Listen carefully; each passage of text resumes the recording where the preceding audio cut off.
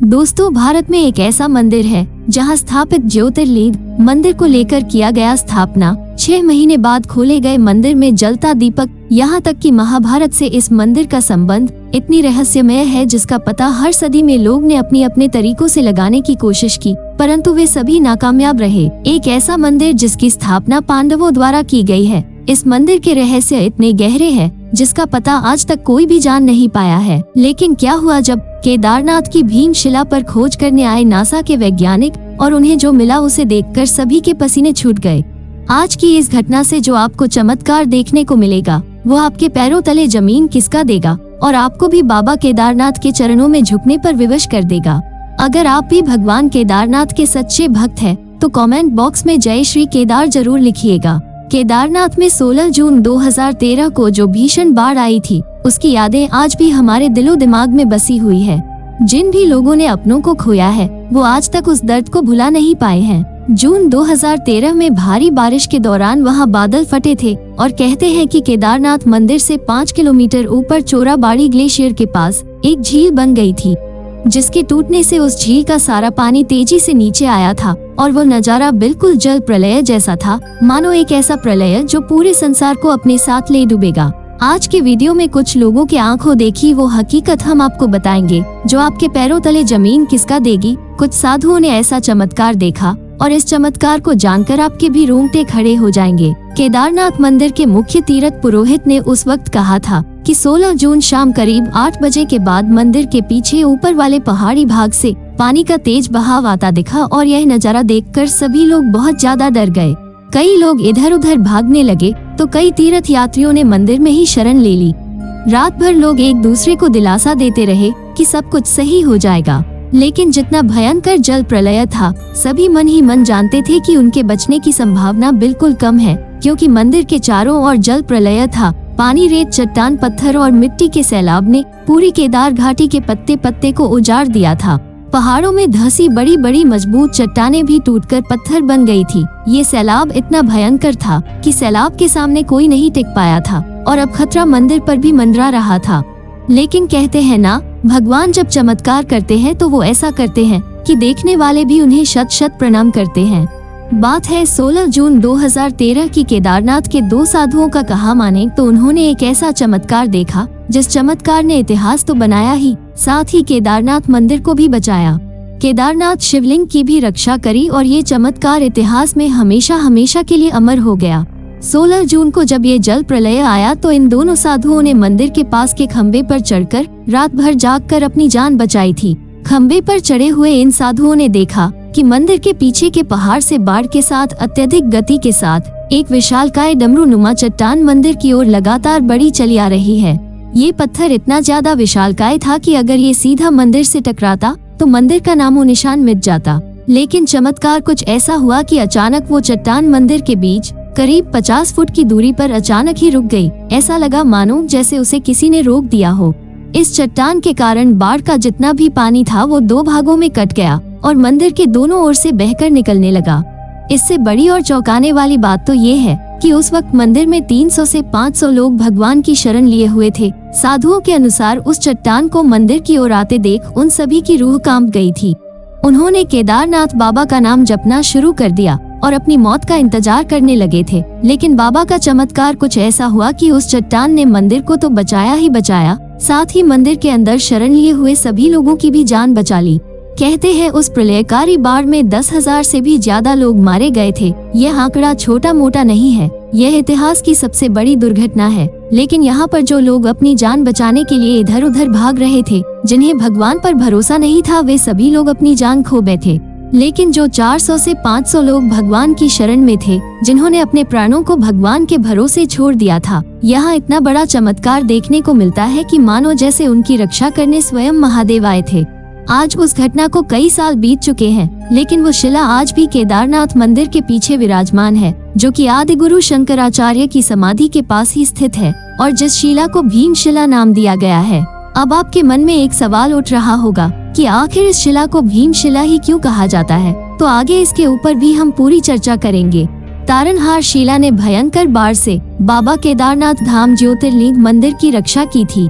आज भी शिला का रहस्य बरकरार है कि मंदिर की चौड़ाई के बराबर यह शिला आखिर कहां से आई और कैसे यह अचानक मंदिर से कुछ दूरी पर ही आकर रुक गई। आखिर यह चमत्कार कैसे हुआ? क्या ये चमत्कार आदि गुरु शंकराचार्य का था, जिनकी समाधि मंदिर के पीछे ही स्थित है, या फिर ये एक संयोग मात्र है? शिला का प्रकट होना और अचानक से उसी निश्चित स्थान पर रुक जाना, ये बाबा की ही कृपा कही जा सकती है। आज शिला के चमत्कार को सभी लोग प्रणाम कर रहे हैं, क्योंकि शिला ने सही समय पर और सही जगह पर रुककर मंदिर को सुरक्षित किया था। पूरी बाढ़ के पानी तथा उसके साथ आने वाले बड़े बड़े पत्थरों से शिला ने केदारनाथ मंदिर की रक्षा की थी।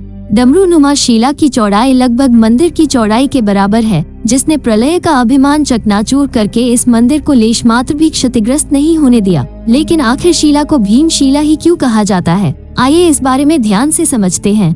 जब पांडवों ने महाभारत का युद्ध जीता तो युद्ध को जीतने के बाद उनका राज्याभिषेक किया गया, लेकिन मन ही मन उन्हें बहुत ज्यादा पश्चाताप की इच्छा हो रही थी। उनके मन में यही बसा हुआ था कि उन्होंने अपनों का संहार किया है और इस पाप से मुक्ति के लिए वह अपना राज्य छोड़कर भगवान शिव की तलाश में निकल पड़े। हस्तिनापुर से निकलने के बाद पांचों भाई और द्रौपदी भगवान शिव के दर्शन के लिए सबसे पहले काशी पहुँचे, पर भोलेनाथ वहाँ उन्हें नहीं मिले। उसके बाद उन लोगों ने कई और जगह भगवान शिव को खोजने का प्रयास किया, लेकिन जहाँ कहीं भी ये लोग जाते शिव जी वहाँ से चले जाते। इसी क्रम में पांचों पांडव और द्रौपदी एक शिव जी को खोजते खोजते हिमालय तक आ पहुँचे। यहाँ पर भी शिव जी ने इन लोगों को देखा तो वे छुप गए, लेकिन यहाँ पर युधिष्ठिर ने भगवान शिव को छिपते हुए देख लिया था। तब युधिष्ठिर ने भगवान शिव से कहा कि हे प्रभु, हम आपके दर्शन किए बिना यहाँ से नहीं जाएंगे, और मैं ये भी जानता हूँ कि आप इसलिए छिप रहे हैं क्योंकि हमने पाप किया है। युधिष्ठिर के इतना कहने के बाद पांचों पांडव आगे बढ़ने लगे। उसी समय एक बैल ने उन पर झपट्टा मार दिया। ये देख भीम उस बैल से लड़ने लगे, जिसके बाद बैल ने अपना सिर चट्टानों के बीच छुपा लिया। जब भीम उसकी पूंछ पकड़कर खींचने लगे तो बेल का धड़ सिर से अलग हो गया और बेल का धड़ शिवलिंग में बदल गया। और कुछ समय बाद शिवलिंग से भगवान शिव प्रकट हुए और उन्होंने पांडवों को उनके पाप के लिए क्षमा कर दी। और इस घटना का प्रमाण हमें आज भी केदारनाथ में देखने को मिलता है, जहाँ शिवलिंग बैल के कुम्हर के रूप में आज भी मौजूद है। लोग आज भी कहते हैं सर्वप्रथम यह मंदिर पांडवों ने बनवाया था, यहीं पर भीम ने भगवान शंकर का पीछा किया था। प्रलय के समय ऐसा लगा मानो भीम ने अपनी गदा गाड़कर महादेव के इस मंदिर को बचाया है। संभवतः इसलिए ही शिला को भीमशिला कहा जाता है। भोलेनाथ की महिमा केवल भोलेनाथ ही जानते हैं, लेकिन वो अपने भक्तों का उद्धार करना भी बखूबी जानते हैं। लेकिन दोस्तों, सवाल यह उठता है कि महादेव अपने भक्तों की इतनी ज्यादा लाज रखते हैं, फिर भी इस बाढ़ में 10,000 से ज्यादा लोगों की मृत्यु क्यों हो गई? आखिर उनकी रक्षा महादेव ने क्यों नहीं की? इसका कारण है आज के जमाने के लोग भगवान के दर पर तो जाते हैं, लेकिन उनके मन में भक्ति भाव कम है और घूमने फिरने की इच्छा ज्यादा होती है। आज के इस दौर में हम देखते हैं लोगों का केदारनाथ जाने का उद्देश्य मात्र इंस्टाग्राम पर रील बनाना होता है, घूमना होता है और मनोरंजन करना होता है। लेकिन वहां जाकर किसी को भी भगवान के दर्शन करने का उतना उत्साह नहीं होता। वहां पर जानवरों पर भी बहुत सारे अत्याचार होते हैं। वहां पर लोगों का रवैया भी एक दूसरे के प्रति सही नहीं होता। यहाँ तक कि कई प्रकार के अनैतिक और धर्म विरुद्ध कार्य भी इनके द्वारा किया जाता है, जिसका नतीजा एक समय पर कुछ यूँ निकलता है कि हमें इस तरह के जल प्रलय का व अन्य प्राकृतिक आपदाओं का सामना करना पड़ता है। क्योंकि महादेव की भक्ति कुछ ऐसी है कि वो पल भर में प्रसन्न तो पल भर में रुष्ट भी हो जाते हैं। जहां आप उन्हें मात्र एक बेलपत्र चढ़ा करके प्रसन्न कर सकते हैं, वहीं पर अगर आपसे कुछ गलती हो गई तो वे आपसे क्रोधित भी हो सकते हैं। इसीलिए दोस्तों, जब भी आप किसी धार्मिक स्थान पर जाएं, तो अपने मन में केवल भक्ति भाव रखें, भगवान से जुड़ने का भाव रखें। और अगर सभी मानव ऐसा करने लग जाएंगे तो भविष्य में हमें कभी भी इस तरह की घटनाओं का सामना नहीं करना पड़ेगा। केदारनाथ मंदिर के पीछे जो भीमशिला आज भी स्थापित है, उसके चमत्कार, उसके रहस्य वाकई में चौंकाने वाले हैं। और जिसने भी इस भीमशिला को देखकर प्रणाम किया है, उसके जीवन के दुख दर्द का महादेव ने नाश किया है। लेकिन क्या हुआ जब नासा के कुछ वैज्ञानिक इस भीमशिला पर रिसर्च करने आए? नासा के वैज्ञानिकों ने अपने आधुनिक यंत्रों से उस भीमशिला को हिलाने की भी कोशिश करी, लेकिन उसका वजन इतना ज्यादा था कि वो आधुनिक यंत्रों के माध्यम से भी भीमशिला को हिला नहीं पाए। भीमशिला के रिसर्च करने पर यह पता चला कि वो शिला तकरीबन 5000 साल पुरानी है और उस स्थान के अन्य पत्थरों की जांच करने पर पता चला कि इनका और भीमशिला का इतिहास काफी अलग अलग है। भीमशिला अपने आप में महादेव का एक चमत्कार है और ऐसा लगता है मानो भीम स्वयं शिला के रूप में केदारनाथ मंदिर की रक्षा करते हैं। और इस भीमशिला से हमें यही सीख मिलती है कि चाहे लाख दुश्मन हमारे जीवन में पल जाए, चाहे ढेरों मुसीबतें हमारे जीवन में आ जाए, लेकिन हमें भगवान की भक्ति में रमे रहना है। वो जो श्रद्धालु भगवान के मंदिर में थे, जब उन्होंने भीमशिला को अपनी ओर आते हुए देखा तो उनके भी पसीने छूट गए थे। ऐसा लग रहा था कि अब वे नहीं बच पाएंगे, लेकिन महादेव के प्रति उनका विश्वास था। उन्होंने महादेव को अपना जीवन सौंप दिया था। फिर जिम्मेदारी केदारनाथ की बन गई थी और उनका चमत्कार कुछ ऐसा हुआ कि उन भक्तों का बाल भी बांका नहीं हो पाया। इस घटना को लेकर आप क्या विचार रखते हैं? केदारनाथ मंदिर को लेकर आप क्या विचार रखते हैं? भीमशिला को लेकर आप क्या विचार रखते हैं? हमें इस नीचे कमेंट बॉक्स में जरूर बताइएगा। अगर आपको भी आज की वीडियो पसंद आई हो तो लाइक जरूर करें। अगर ये ज्ञान आपको अच्छा लगा हो तो अपने दोस्तों के साथ शेयर करें और जल्दी से हमारे चैनल को सब्सक्राइब करके बेल आइकन को प्रेस करें ताकि आपको हमेशा ऐसी सत्य चमत्कारिक घटनाएं देखने को मिलती रहे। अभी के लिए आप सभी दर्शकों को हर हर महादेव।